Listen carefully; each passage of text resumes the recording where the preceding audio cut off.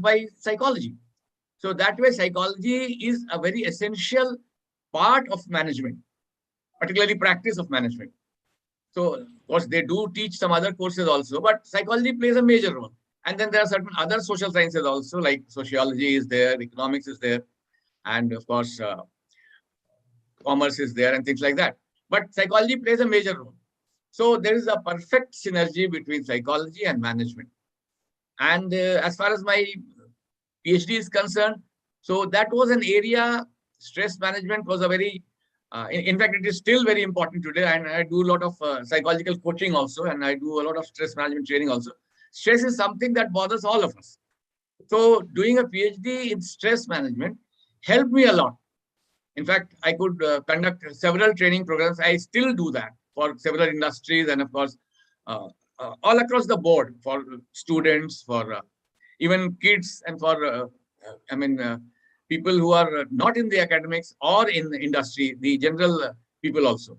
So that is how stress management has helped me. The PhD in stress management has helped me to understand stress and how to help people cope with stress. Thanks a lot, sir, that you drew a synergy between psychology and management in such a succinct way, because that would give a proper understanding or clarity of understanding to our viewers that how psychology is very much in sync with that of management, especially the stress management. Because I also claim, my dear viewers, I also claim to have taught management at MIT Business School, where I was teaching law and taxation. Being from chartered accountancy background, I was teaching those papers. But stress management basically is also, it has been a non-conventional to me as well. So that's why our honored guest today, when he sought to elaborate on some sort of synergy between the two, I think it definitely, it has been very much illuminating and enlightening for all of us. Thank you, sir. Thanks a lot. And sir, now the question readily comes to my mind, because just prior to the kick-starting of the program, you sent me two of your brilliant pieces. My dear viewers, it becomes absolutely incumbent on my part at this particular juncture to make to make an announcement, in the sense that our honored guest has been a columnist of international fame. He has been contributing articles to Pioneer, to Economic Times, and so many different newspapers, apart from writing in the very, very prestigious journals. Of course, we'll come to it a while later. But now, sir, the question readily comes to mind, because having had a cursory look at those pieces which you sent across to me, I just went through it, and readily some sort of question just cropped up in the mind at that point in time while I was perusing, or rather while I was flipping through those pieces. I remember Shri Rusi Modi was, of course, CMD of Tata, and of course, a very well-known manager of his time, a corporate leader of his time. He had said, and I recall, and I'm just going to quote him, that those who are pursuing their degrees, or those who obtain their degrees even from Indian Institute of Management like Ahmedabad, when they are asked to manage the big industries, they cannot even manage a shop. Where is the question of their managing industry arises?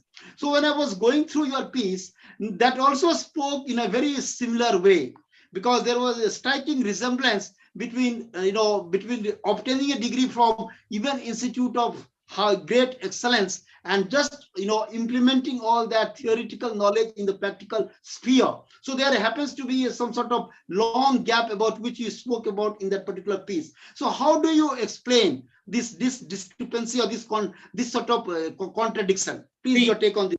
There are three very important things which a manager needs. So one of them is knowledge, which is of course imparted in that management institute. The other is the skill, that also to a certain extent is taught, and then maybe later on when you join an industry, you gradually develop yourself and learn that. And the third part is attitude. So this knowledge, skill, and attitude are all three very important. So the point is that whosoever enters into a management institute gets exposure to all this. But then the problem is not that. The problem is that everyone is not equally competent to carry it to the job life. So when it comes to, say, translating theory into practice, there are certain other qualities that do matter. So one of them, of course, is the commitment, the sincerity, and the propensity to learn. In fact, the problem is that many of the times, most of these MBA graduates, they are too, in fact, what we call confident to try learning new things. See, the skills required in the job are not imparted in the classroom. They are simply told about that. These are the skills. But when it comes to practicing those skills, that calls for a real dedication and a real, commitment. So, as far as the statement or the observation of Lucy Modi is concerned, it is to a certain extent correct. And similarly, what I wrote in Economic Times in 1995, that also is to quite an extent correct, because what I felt was that whatever is taught has to be implemented. And management is a very dynamic sort of a subject, because you are you are required to manage an organization. So learning about management is one thing, but practicing managing is entirely different.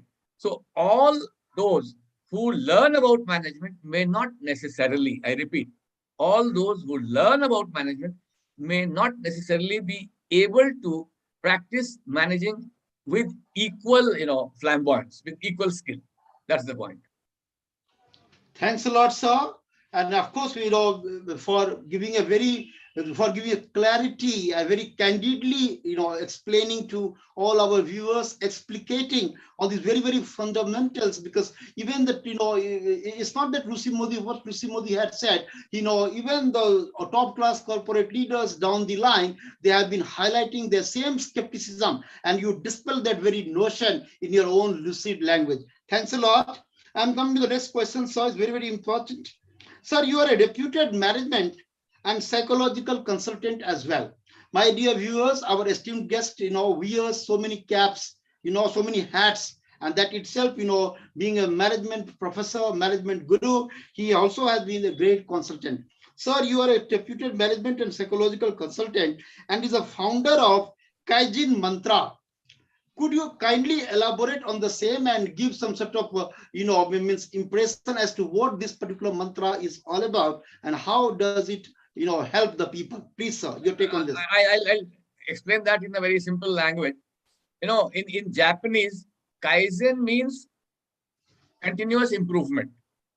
So what I am doing is that once I retired from the institute, I thought that whatever little skill or knowledge I have acquired all through these over 3 decades, I must impart to the society also. So in order to do that, I founded this Kaizen mantra, which is jointly, run by me and my daughter, who is a Muscat-based consultant. She's also an MBA and a PhD. So we decided that I think there's something that we need to give back to the society. So Kaizen mantra was one such effort which we tried to do and impart some training, some education, some learning to different quarters, students, faculty, and industry, of course. I do a lot of industrial training also. So that was the purpose of Kaizen mantra. And in Japanese, Kaizen means continuous improvement. So this Kaizen mantra is the mantra of continuous improvement. And as all of us would agree, there is one thing that is beyond any question, and that is that learning is a continuous and lifelong process. So the basis of Kaizen is that only, that you keep on trying to improve and you will add some value to yourself. So this continuity of learning is the essence of Kaizen mantra. And in this consultancy organization, this is what we do. We offer our services to different quarters to help them improve their basic managerial capabilities. Thanks a lot, sir. My dear viewers, sir has expounded to on the very mantra that he has been the pioneer in terms of in terms of founding or in terms of floating this very, very great platform. My dear viewers, mantra from our Hindu culture or Vedic civilization has its own importance and value. Even in Buddhist, even in say in Buddhist religion, there is a particular mantra called Om Mani Padmeham. And as and when this particular mantra is chanted, it purifies the environment. Likewise, you all know that, talking about Gayatri Mantra from the spiritual perspective, if those who recite Gayatri Mantra can only testify to what I am saying from this august platform, that it has a tremendous implication. It purifies the atmosphere, the environment, and of course, it tries to, eliminate or eradicate the sort of evil that we have in us. Great work, sir. You are doing indeed a great job. Sir, I'm coming to the very next question that also is more or less interrelated, because when we discuss about your having founded a very, very important Kaizen mantra, you also have founded the goodness movement. Of course, my dear viewers, it would be very incumbent on my part at this particular stage to tell you that once Swami Vivekananda, the greatest exponent of the nation, I would say, in the 19th century, when he was asked to talk about religion in a particular seminar, great Swami said, to do good and to be good is the religion.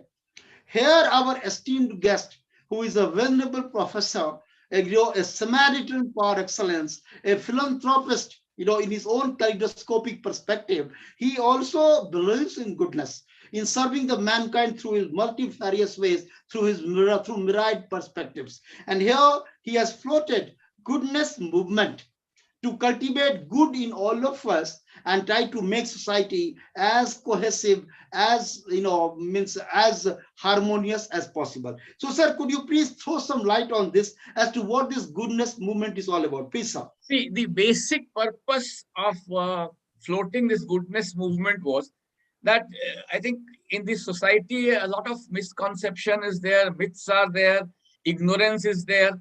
And see, most of the problems in the society is because of these things.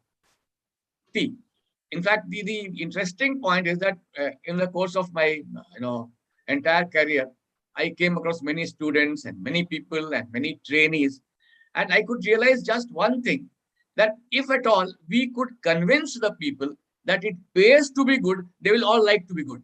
The problem is that everyone wants to be good, but everyone thinks that it doesn't pay to be good. So the purpose of goodness movement is to bring this idea to their mind that it pays to be good. In fact, see, look at the irony that we are able to sell those things which person doesn't want, like alcohol, like cigarette. Marketing does that. But we are not able to sell those things which a person needs: goodness, values, ethics. So I can explain this with another example, sir. If you open a milk shop, you'll have to advertise. If you open an alcohol shop, a wine shop, you'll not have to advertise. Is that clear to you?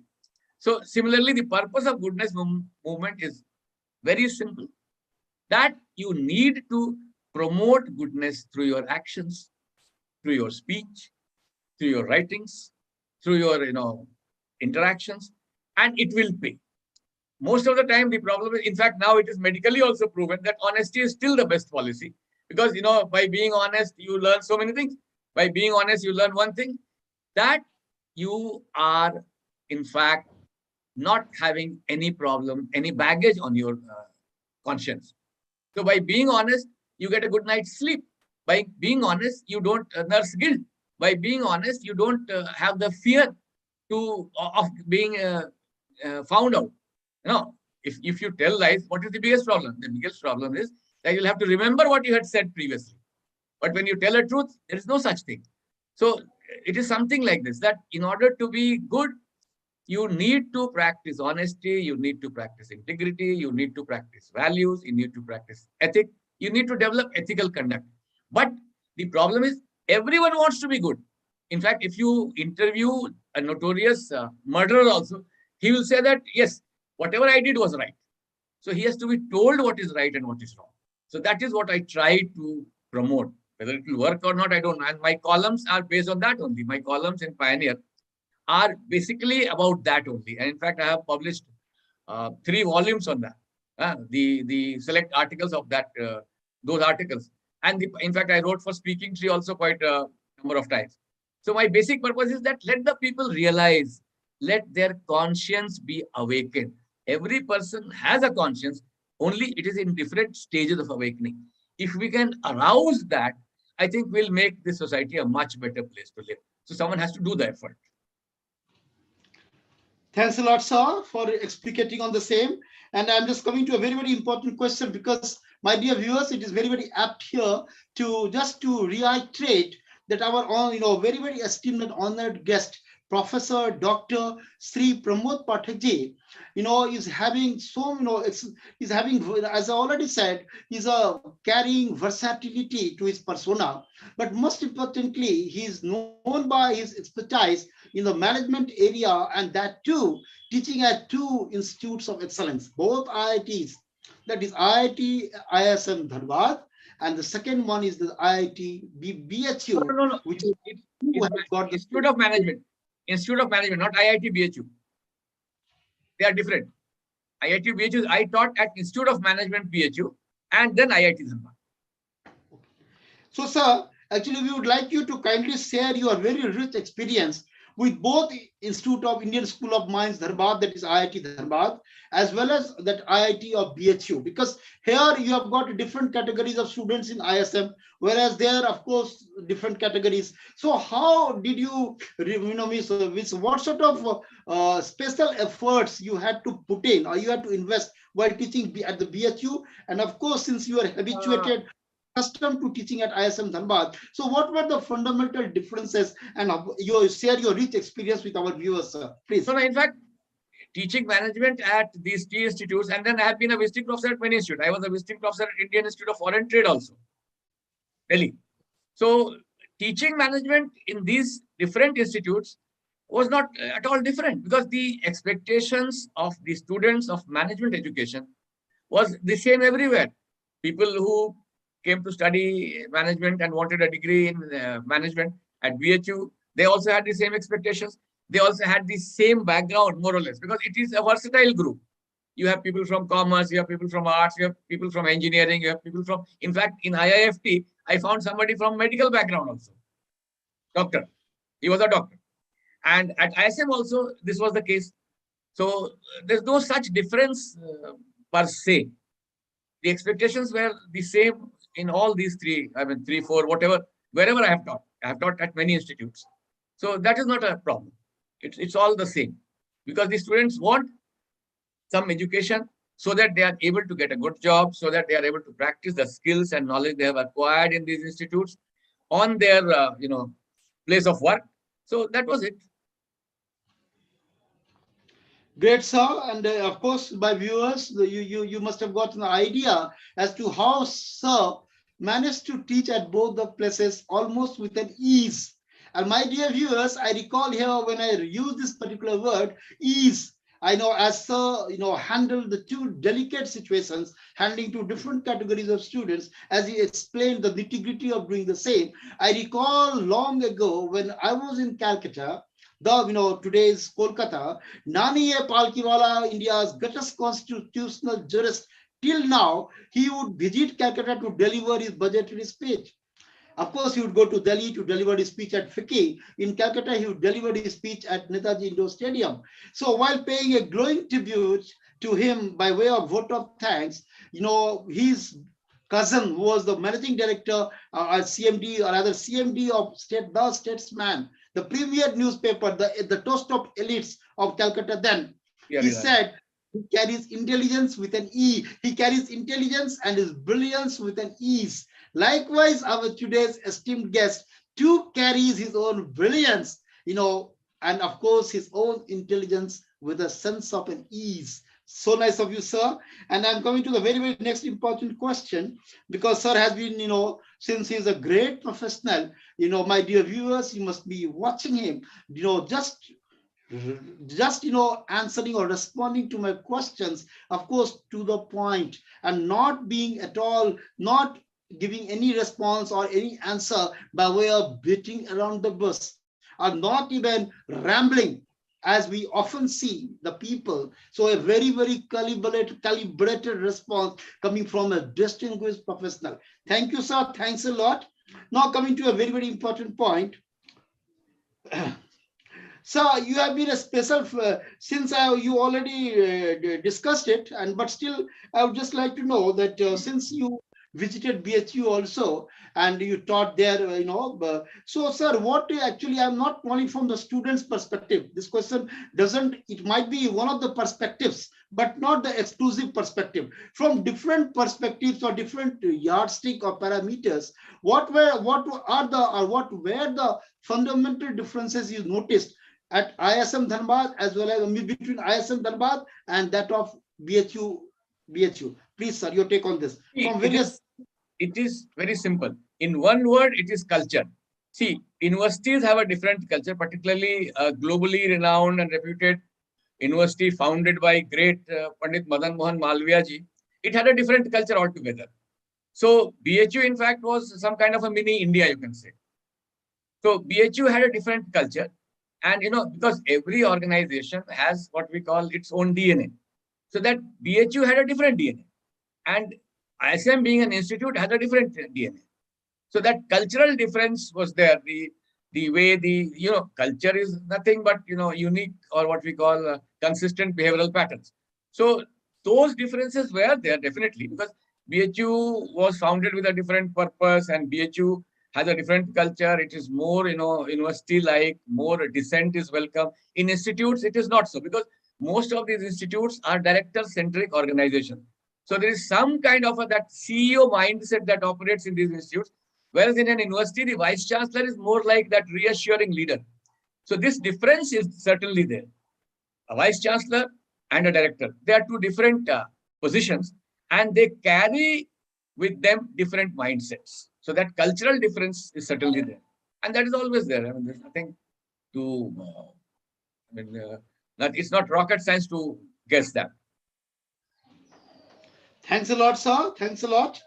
Because my dear viewers, those of you who might be planning to go, planning for, getting enrollment with either of this institute, might have got, the technicalities involved, from different spheres, as far as very, a man who has had exposure in both this Institute of Excellence, when he talks about both the institutes, of course, it should be taken, with a, with a sense of earnestness, because there is no ifs and buts, because these are the facts which he had brought in the public domain based on his own rich experience and in both these institutes. Thanks a lot, sir, for explicating on this very important question.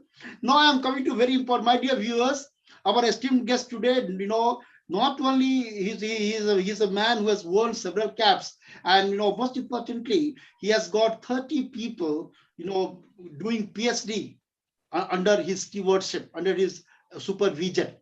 So, of course, a man of very, very creditable achievements with all sort of distinctive caps that he's wearing. So, you guided almost 30 PhD students, wrote several books, got 100 research articles published in reputed journals. Your take on this, because it has been a great service to the nation, not only in the capacity of a professor, but and of course under your very able guidance, 30 students has done doctorate, obtained doctorate degrees, but also you published so many research papers, that too at a various prestigious fora. So how could you make it possible, and the sort of the predicaments, there's nothing like that, in fact. See, guiding PhDs was a professional requirement, because being a part of an institute or an university, you are supposed to do that. So as a part of my, profession, I had to do that. But when I take a job, it is very important to be sincere to that job. So that sincerity was what kept me driving. And writing papers also is a requirement for a professor's job, for a teacher's job. So those things were there. And as far as, the other side is concerned, like, writing books. So even that is also a part of a teaching profession. But more than that, writing books was a passion that I had. And in fact, I have been writing ever since I have been a student. When I was a student in Banaras Hindu University, I had written for Telegraph. And of course, I was a regular columnist in Aaj group of newspapers, edit page columns. Subsequently, I wrote for Hindustan. So writing was, of course, my passion. And in fact, it was writing that brought me to this teaching profession. Otherwise, the class to which I belong, the class that I was in my MBA, it was a very illustrious batch. In fact, my friends, my classmates, they were all big shots. In fact, the man who brought retail to India, P.S. Nagesh, he was my batchmate. People like CEOs of Max New York and such organizations, Thomson Reuters, things like that. They were all there. So getting a job, and my father, of course, was a very prominent personality in the coal industry. So getting a job in the industry was never difficult for me. But as I said, that I had to fight a court case, and then I took it up as a challenge that I will teach. So I took it up as a professional compulsion, and then I added my own passion to that professionalism. So the problem is that you cannot be a professional unless you are sincere and unless you have that readiness to learn. So these two things kept me driving, and they still keep me driving. Even I do my writing today also, although there is no requirement. I write a lot. And the interesting part is that I have a rare skill. I'm a bilingual. So I write original articles both in Hindi and English. Edit page articles in Hindustan, edit page articles in Prabhat Cover, edit in Panch Janya also. And I write in Telegraph and Times of India and Economic Times also, and Pioneer also. So writing is a passion. So that is a separate issue. But yes, in teaching profession also it is said that either you publish or you perish. So in fact, research papers were a requirement, but I remember, when I was a lecturer and I was the secretary of the Teachers Association, BHU. So when I decided to join ISM in 1991, there was a gentleman, Professor C.S. Jha. He was the vice chancellor. He was earlier the director of IIT Kanpur. So in fact, by the virtue of being the secretary of Teachers Association, I had familiar terms with Jha. So he called me and he said that, Dr. Pathak, आप university छोड़ के school में जा रहे हैं? I mean, he just took it in lighter way. I said, नहीं साहब, मेरा कुछ compulsion है. So I'm going there. And he said that, but why? I said, there are certain family reasons, there are certain basic reasons for which I am going to Dhanbad. So he said that you are such a prolific writer, and in fact, I used to do a lot of what we call popular writing, newspaper writing. So, and he was very fond of that. In fact, in the first meeting, he asked a question when he was addressing all the teachers. So I think I was one of the few. There were only a few, 5-10 hands that went up out of a teachers, number of teachers, some 1,000 or so. So he said that you should continue with PHU. I said, no, I think it's too late to go back on the decision. But then he said that you continue writing those popular articles, because that is one thing that educates the society. You are educating the student who come from a different background. But when you write popular articles, you are educating the society. So you are giving them the benefit of whatever knowledge or learning you have. So that is how I describe this. So that popular writing and all these things were there. It's not, very big deal. If you have passion, if you have interest, and if you want to contribute something, you have to write. That's it. Thanks a lot, sir. Great information, great revelation.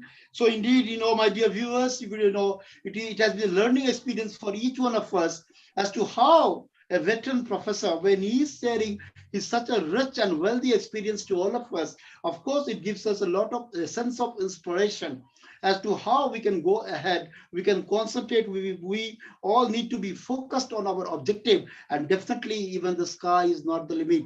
Because previously the proverb as it goes, sky is the limit. Sir has made it visible that if somebody has a determination to succeed, even the sky is not the limit. Thanks a lot, sir.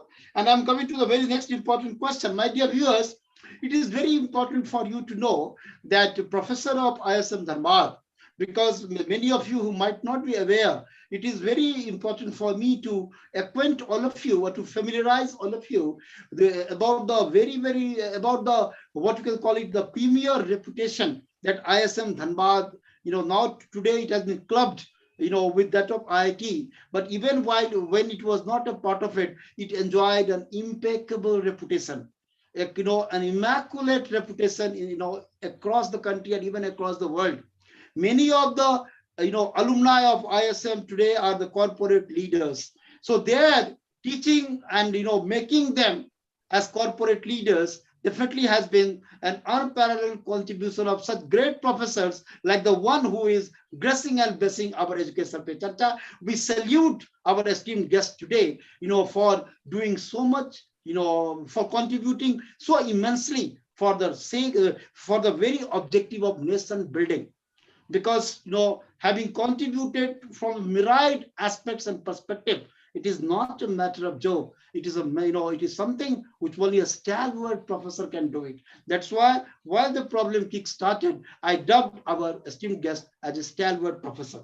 Sir, I'm coming to next very important question, because not only you conducted seminars and conferences and workshop within India, but you are the person who has a rich experience of conducting these programs, delivering your speeches at various fora across the world. So you are the best person to explain the technical nuances between, speaking in the Indian platform.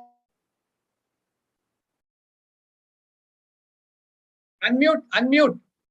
Mr. Jha, please unmute. Vivekananda ji आप unmute कीजिए, आपका आवाज नहीं आ रही. Please unmute.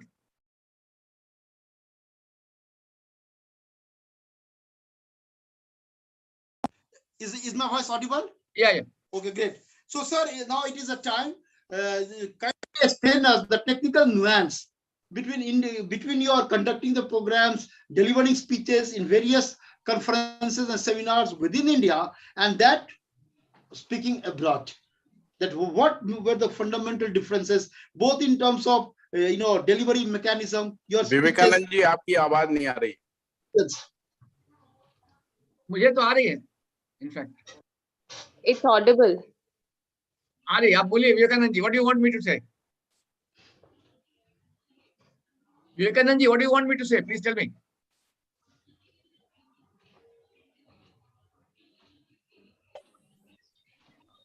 Vivekananda ji, can you hear me?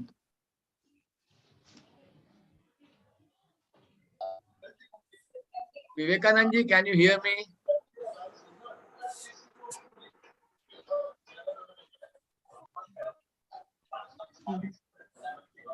Vivekananda ji, Your voice is audible. You can start. So, what exactly did you want to know? You wanted to know about the nuances, the difference between delivering lectures or seminars at different places in India and different places in the world. So, there is no such what we call basic difference in these two. The only important thing is to understand that audience at all different places are different. So when you deliver something, it has to be audience centric. So even if the subject matter is one part, but that subject has to be disseminated in such a way that the audience you are addressing has to grasp it. So for instance, I have a very wonderful experience of Fiji. It was a World Ramayana conference in Fiji, and I was invited by the government of Fiji to deliver a talk on managerial implications of Ramayana. And interestingly, there were people from 6 countries: Australia, New Zealand, Trinidad, Tobago, Malaysia, Mauritius, India, 8 countries. So in Fiji, what I found was that there was no need for going for an all through English speech. So I had to make it bilingual, and it was very well accepted.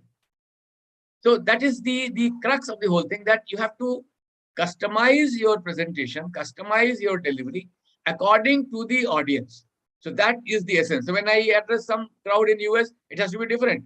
When I address some crowd in Georgia, it has to be different. I addressed a crowd in Georgia on consumer behavior, Eastern Europe. And over there, because they had a problem with English also, they have a problem with Hindi also. So I had to take the presentation to their level. That is the important thing. So in every country, every seminar, in fact, whether it is in India or in abroad, in fact, for instance, when I deliver something in Chennai, I have to ensure that it is understandable to those people. When I deliver something in UP, I have to make sure that it is understandable to them. So that is the essence, that it should be audience-centric, customized to the requirements of the audience. The subject has to be presented in, packaged in such a fashion. Great, sir. Now, my dear viewers, it is a time to introduce another aspect and dimension of our very, very esteemed guest today, because, a professor who is multitasking. Not only he is a public speaker par excellence, as what we have known thus far, and most importantly, being a very, very coveted speaker, not only within India, but abroad too, as he has already discussed with us. Sir has been writing, a blog. He's a blogger. And today I had chanced upon few of his very, very important blogs. So you write in your Ramayana, in your blog, that is Ramayana is a universal appeal. My dear viewers, it's very important here to say that, Ramayana, I had the privileged opportunity of sitting, since my childhood days, of sitting beside my mother, who would always, read Ramayana. And there was a time when I learned by heart almost most of the stanzas of Ramayana. So even today, with the benefits of hindsight, with the hindsight benefits, I can testify to a great extent about the authenticity of all of the contents of Ramayana. So when Sir writes in his blog, which was of course a very learning experience for me too, that he says that it has a universal appeal. And before I ask Sir to share his experience and to explain the significance of it, let me share with you, my dear viewers, when I was writing a book on Indian diaspora, I had done an extensive research on it. So I was pretty surprised to know that when the Indian, the labor class who were taken, the indentured labor, that is a technical term, when they were taken abroad to different countries, they carried with them Ramayana, so of Tulsi Das ji, and so they could read it in their spare time. So by way of the legacy, they took Ramayana, Ramcharitamanas. That is the overall importance of Ramayana. So maybe some Western educated people might discuss it as a work of fiction. It reflects very poorly on the part of their judgment or evaluation if they call it as some sort of work of fiction. It has a time, it has a sense of timelessness attached to it. Sir will definitely, now sir, it is your turn to tell us that what exactly is a universal appeal that you are talking about. See, in management, we talk about the essential qualities that managers need to possess. And what are those essential qualities? There are different ways to explain that. There are different connotations and things like that. But one thing is very important in management, that sustainable leadership. What is the leadership quality that sustains beyond ages, beyond time and space? And Ramayana explains that. It mentions about one quality, ethical leadership. That is the essence of Ramayana. And ethical leadership is one quality that continues, that sustains beyond time and space. So in fact, these days, there is a lot of focus on values and ethics in management. And there is no better book than Ramayana. Let us say that we don't know whether it happened in which year or what time, but at least the book is there, the one written by Tulsi. In fact, I have been through both the books, Ramcharitmanas written by Tulsidas and of course Valmiki Ramayana. So in fact, the discussion, I'll tell you one very interesting thing, that discussion between Lord Ram and his younger brother Bharat in Ayodhya Kand, when Lord Bharat goes to call Ram back to Ayodhya. The wonderful discussion, it is on what we call corporate governance, or basically administration. So administrative wisdom in Ramayana is wonderful. And more than that, it's not only about that administrative wisdom, the essence of ethical leadership. What is ethical leadership? See, I mean, it's very difficult to imagine that such a thing can happen. Lord Ram was the, what we call legitimate heir to the throne. His father asked him to leave the throne. He went. He left. Then Lord Bharat got the throne. Now Bharat is now the legitimate ruler. Bharat goes to Ram and requests him that you come back. These days, people are not willing to accept electoral verdicts also. If you lose an election, still you want to change the government. And there you will see an example that one brother doesn't want to come back, entire Ayodhya wants him to rule. And the other brother who is ruling Ayodhya, he goes to his brother and asks him to please request him to come back to Ayodhya. So now this is the, wonderful quality, and the quality of tyag, the quality of values, the quality of ethics. So Ramayana, in fact, is a treatise on social science. And as you rightly mentioned, the Girmitia laborers, when they went to Fiji and Mauritius and those places, they carried with them small volume of Ramcharitmanas. And it helped them sustain the problems, the difficulties that they faced.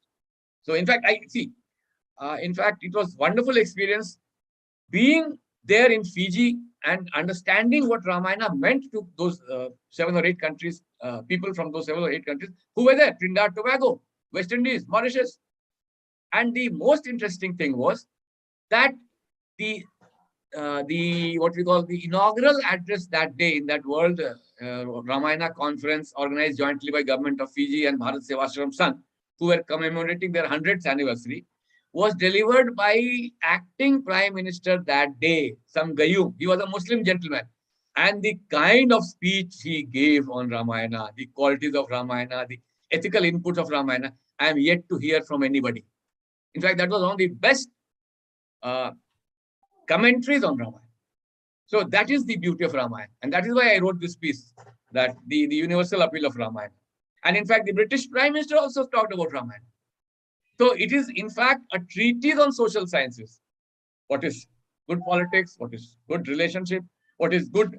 See, every role player in Ramayana has been very good at performing his duties. So that commitment, that duty, that ethical conduct, it's a wonderful thing to learn from Ramayana.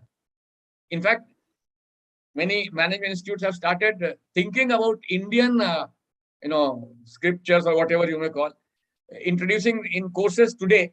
I have been doing that ever since I was a teacher in management. When I was a lecturer in BHU, I was teaching from Ramayana, I was teaching from Gita. That this is the lesson that is essential, that is quintessential, that is eternal. So that is Ramayana. Great, sir. And actually, now, my dear viewers, as sir was trying to explain about it, in such lucidity, one of the questions, I thought of sharing with all my viewers, because I'm sitting with such a great erudite person, in front of such a great erudite person. There is a particular stanza in Tulsidasji's Ramayana, which was a subject matter of great controversy, and still, it is going on in various brainstorming sessions. But of course, some sort of interpretation or justification has been offered by the great scholars. There is a particular stanza where Angad says, one of the important characters says, when he went to Lanka, and he put his foot down and then, extended a challenge to Ravana that anybody could, just move his foot away so that he could lose Sita. So there is a particular stanza, Firai Ram Sita mein hari. Now there was a various interpretation that where did Angad have that sort of locus standi to make such an offer or such group to give such an overture, because Mother Sita belonged only to Sri Ram. So how could he dare to give such an offer?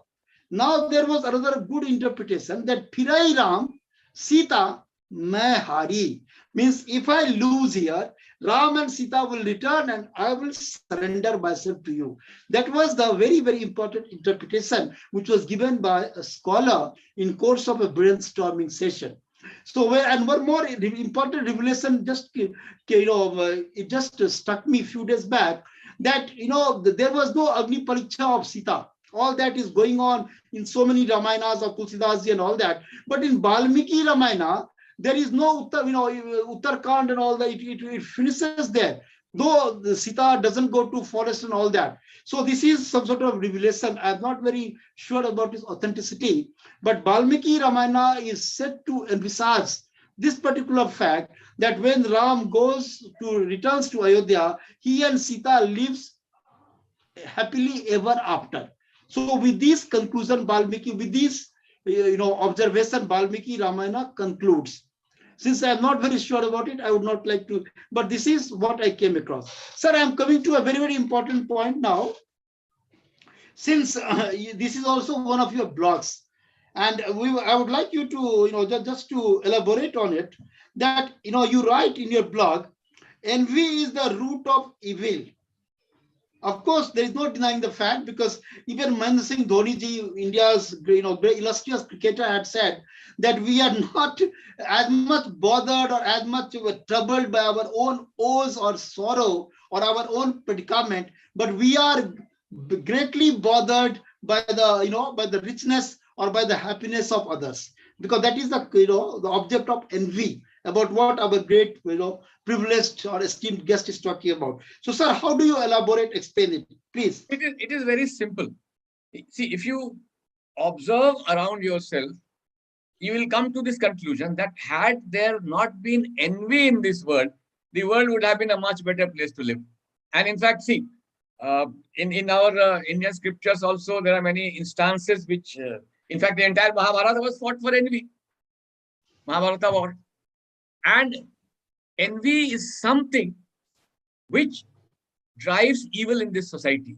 And envy is one thing which we are born with. In fact, man is born with three basic emotions: love, hate, and rage. So one of them is what we call positive, and the two are negative: hate and rage. And hate is that byproduct of envy. So in fact, that is one reason why we find that most of the problems in this society are out of envy, out of hate, out of violence comes from there.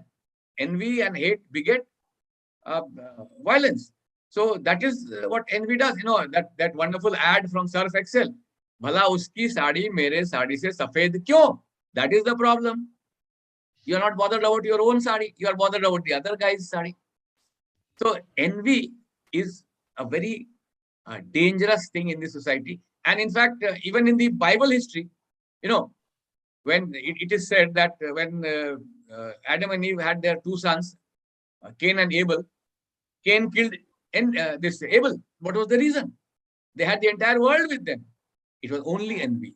So envy is a very dangerous thing, and it is envy that drives society to evil. So envy is the root cause of all evil. Thanks a lot, sir.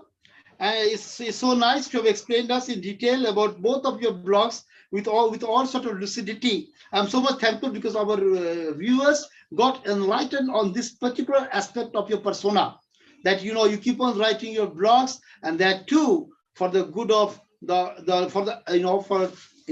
some sort of education to the different class of people, not only to the students community, but even to the grown-ups or to very, very mature people. They evince a lot of understanding of your own mindset through the blogs that you keep on writing. Sir, I'm coming to the very last question, because you have been into teaching the corporate world, teaching and training as you have been even working as a corporate trainer, apart from being a stalwart professor. So what I would like to know about your insight into the corporate governance. Now this question comes in this way, sir. What is your overall understanding about the corporate governance, its merits, demerits, and the correctives you would suggest on account of your own exposure as a corporate trainer, as a professor, the correctives you would suggest, please, sir? The corporate governance, the phrase came later on, but corporate governance was always there. But the term was coined sometimes in 70. And what was the reason? The reason was that the people in the corporate boards, they started behaving like kings. So it was thought that no, they are accountable to the society, because corporation is the creation of a society. So naturally, the corporation cannot have its way, because the corporation has to be answerable to the society. And then there were a lot of what we call accounting frauds that were happening in Enron fraud, for instance, you are aware. And then the WorldCom collapse, and then of course the Satyam collapse, and then things like that. So it was thought that there should be some check and balance. So in fact, it all started with what we call auditing and transparency and mandatory disclosures and things like that. But the point still remains that unless the human element is ethical, these checks and balances will not work. So all said and done, we still need to go a long way, because the problem is that we have been focusing on systems. But the irony is that the basic ingredient of every social or techno-social or organizational system is the human element. So if the human element is not good or right or pure, the system cannot be pure. On the other hand, if the human element is pure, you don't need a system. So that is the irony. So we keep on, making laws, we keep on making systems, and then the problem continues. So that is where we have to focus. So particularly these Western models are there, corporate governance is also there, but we had our own practices. The duty, Raj Dharma, of course. Raj Dharma is an old concept. So Raj Dharma was about this only. What was the Dharma of the Raja? And we saw it. That is what Ramayana shows, Raj Dharma. So that is corporate governance. Similarly, you had we fashionably call this what we call corporate social responsibility. But Gandhiji talked of it long back. The rich should be trustees of the poor. And see, the whole idea is that means should justify the ends. End does not justify the mean. So it's the entire thing rests on that it is means that is important. And that is what Ramayana says also. When Vibhishan tries to explain Ravan, he says that Kumati Sumati Sabke Ur Rahi, Jaha Sumati Sumati Taha Sampati Nana, Jaha Kumati Taha Vipatni Nana. That means that good and bad, they are all inside us. And good intentions, they bring prosperity, bad intentions bring misery. So that is the basic thing. Thanks a lot, sir, for giving us an insight into corporate governance. My dear viewers, today we have had a unique, spectacular session with a stalwart professor of Indian Institute of Mines, or the IIT, now an IIT Dhanbad, as well as a visiting faculty, a corporate trainer, a columnist of international caliber. We thank sir from the core of my heart. And before I pass on to Shri Dr. Surendra Pathak for its translation into Hindi, I would like to make a very important announcement pertaining to our next guest on next Saturday, Dr. Dietitian Meenakshi Yadavji. She is a dynamic young entrepreneur who has managed to open 85 branches across India during the COVID phase of FLC. She is a very, very dynamic young entrepreneur. She is going to be our next guest. Now I am passing it on to Dr. Shri Surendra Pathak for translating our very, very engrossing and important conversation into Hindi. Sir, Dr. Shri Surendra Pathak, please. Professor Pramod Pathak ji, नमस्कार। नमस्कार doctor साहब। मुझे आपकी पूरी बातचीत को सुनने के बाद ऐसा लगा कि रियल सेंस में प्रोफेसर कैसा होना चाहिए। अरे नहीं, आपकी मेहरबानी साहब। मैं तो लोग क्या होता है कि अपने एकेडमिक डिसिप्लिन को पकड़ के उसी में अपनी जिंदगी लगा देते हैं, और बहुत कम ऐसे प्रोफेसर होते हैं जो दुनिया के में अच्छाई कैसे पढ़े इसके ऊपर विचार करते हैं और उसको लिखते हैं, जैसा आपने कहा कि अपनी स्पीच में, राइटिंग्स में, और यहाँ तक कि आपसी संवाद में भी अच्छाई कैसे बढ़े, जिसको हम ये कह सकते हैं कि जो जनवाद है उसकी क्वालिटी कैसे इंप्रूवमेंट होगी। उसकी क्वालिटी इंप्रूवमेंट होगी तो बाकी चीजें अपने आप ठीक हो जाती हैं। दूसरी बात है कि आप एक एकेडमिक डिसिप्लिन में नहीं रहे, आप मैनेजमेंट से फिर साइकोलॉजी में आ गए, और फिर साइकोलॉजी के साथ आपने जो पीएचडी की वो स्ट्रेस मैनेजमेंट में की। इसका मतलब है कि जो आपका जो ऑब्जेक्टिव्स था वो केवल एक एकेडमिक डिसिप्लिन के फ्रेमवर्क में रहने का नहीं था, और फिर आपने इसको इंटीग्रेट भी किया। प्रबंधन की शिक्षा में मनोविज्ञान का क्या संबंध हो सकता है, उस संबंध को स्थापित करते हुए फिर आपने संसार में कैसे चीजें अच्छी बढ़ सकती हैं। जैसे आपने एक कोई मंत्रा का उल्लेख किया, जिसका मतलब है निरंतर सुधार होते रहना। और फिर आपने ये भी बताया कि जो लर्निंग है, लर्निंग का मतलब ही होता है कि कंटिन्यूअस इम्प्रूवमेंट। तो कंटिन्यूअस इम्प्रूवमेंट ही जिसको कह सकते हैं कि जीवन है ना। मानव जीवन का जो उद्देश्य है वो जागृति ही है, और जागृति की ओर आगे बढ़ने के लिए उसमें निरंतर परिमार्जन की आवश्यकता होती है।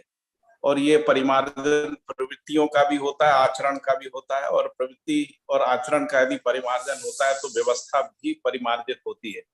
जैसा कि आपने कहा कि कारपोरेट मैनेजमेंट अपने आप में कोई चीज नहीं है, और यदि मानव ठीक होता है, ह्यूमन एंगल जो है उसमें यदि उसमें इम्प्रूवमेंट होता है तो सारे प्रबंधन जो है वो ठीक काम करने लगते हैं। और साथ साथ आपके पूरे वक्तव्य से ये भी पता लगा कि जो हमारे स्क्रिप्चर्स में जो है हमारे महापुरुषों ने जो बातें कही हैं उसको किस तरीके से एकेडमिक से जोड़कर और बच्चों को, खासकर नई जनरेशन को हम मोटिवेट कर सकते हैं, प्रेरित कर सकते हैं, अच्छा करने की मानसिकता उनके अंदर प्रतिष्ठित कर सकते हैं। बीच में नेटवर्क जो है वो उपलब्ध नहीं हो पाने के कारण बीच का कुछ हिस्सा मैं सुन नहीं पाया था, लेकिन मुझे कंक्लूजन के रूप में मैं इतना ही कह सकता हूं कि एक जो सच्चा प्रोफेसर है, रियल सेंस में जो प्रोफेसर है, वो आपके जैसा ही होना चाहिए, ऐसा मुझे समझ में आया। क्योंकि समाज को देना भी एक उत्तरदायित्व है हर अध्यापक का, हर प्रोफेसर का। तो हमने जो समाज से लिया है, हम समाज में कुछ अच्छाई को प्रतिष्ठित कर पाते हैं, तो ये एक प्रोफेसर की भी गरिमा है और एक शिक्षक की भी गरिमा है। यह उस गरिमा को बढ़ाने वाला कृत्य है, और उसी में आप लगे रहे। और आपको जो एकेडमिक इंस्टीट्यूशंस जो बदलने पड़े, उसने भी इस आपके अभियान को कोई भी प्रकार से नुकसान नहीं पहुंचाया।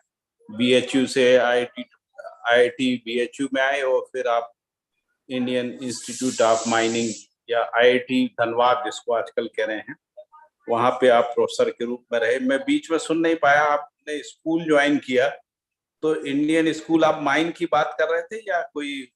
नहीं, वही वो एक्चुअली हमारे वाइस चांसलर ने वो मजाकिया तौर पे कहा कि आप यूनिवर्सिटी छोड़ के स्कूल में जा रहे हैं साहब।